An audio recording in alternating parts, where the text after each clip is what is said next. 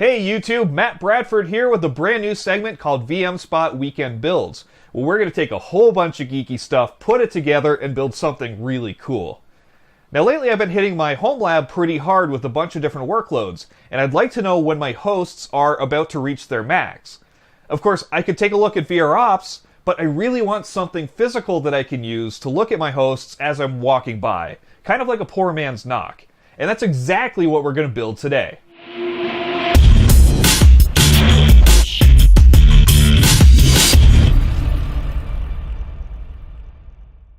We're going to base today's build on this. It's a single-board Windows 10 computer called a Latte Panda. On this board is a 1.8 GHz quad-core Intel processor, and they sell this in two different flavors. There's one with 2 gigs of memory and 32 gigs of onboard flash storage, and then there's another one with 4 gigs of memory and 64 gigs of onboard flash. These retail for about $89 and $149 respectively, but get this, here's the secret. This board has a built-in Arduino.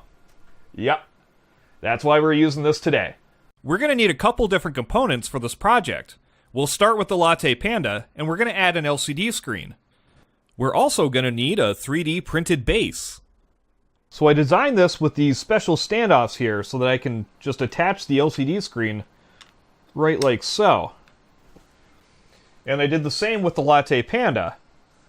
So now all we have to do is snap these two pieces together.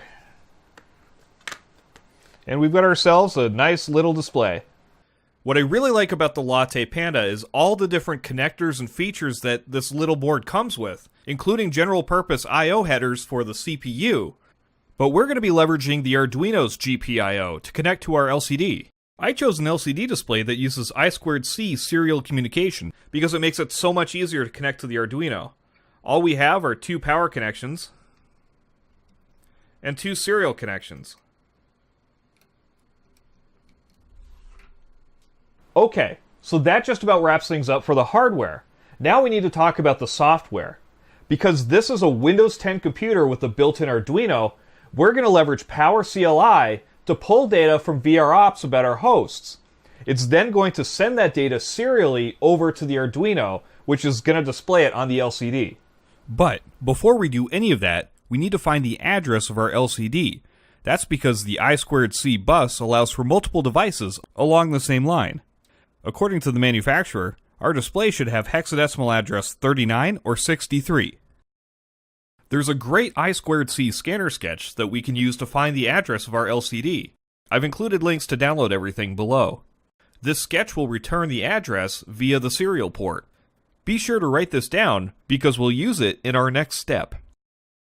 Now let's take a look at the Arduino sketch we're going to use to display our data.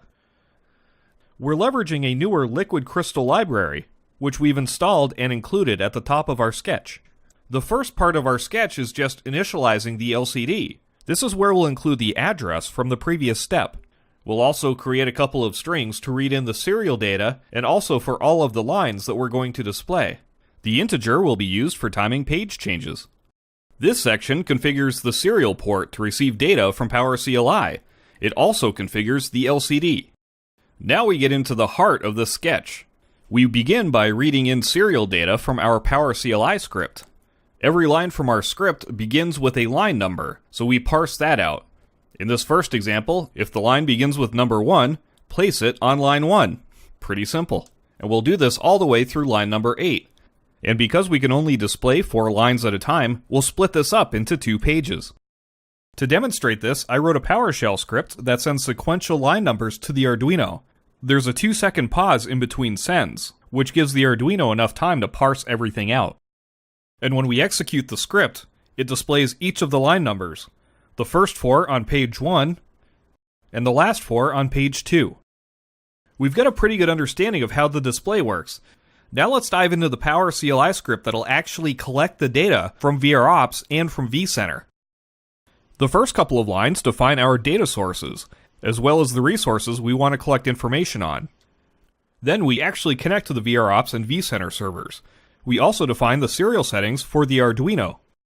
Next, we'll dive into the meat of our script, where we actually collect the information on each of the resources. We're collecting CPU and memory information on both of our hosts from vROps. as well as the capacity remaining badges for both hosts. We also collect the number of powered-on VMs from vCenter. And finally, we're collecting the free storage space available on my Synology. The last section just sends each line to the Arduino, and waits 2 seconds before sending the next. The script then waits 5 minutes before doing another collection. And when you put it all together, you get yourself a sweet knock. It's great when things work together. The script collects all of our data, and then displays it on the Arduino.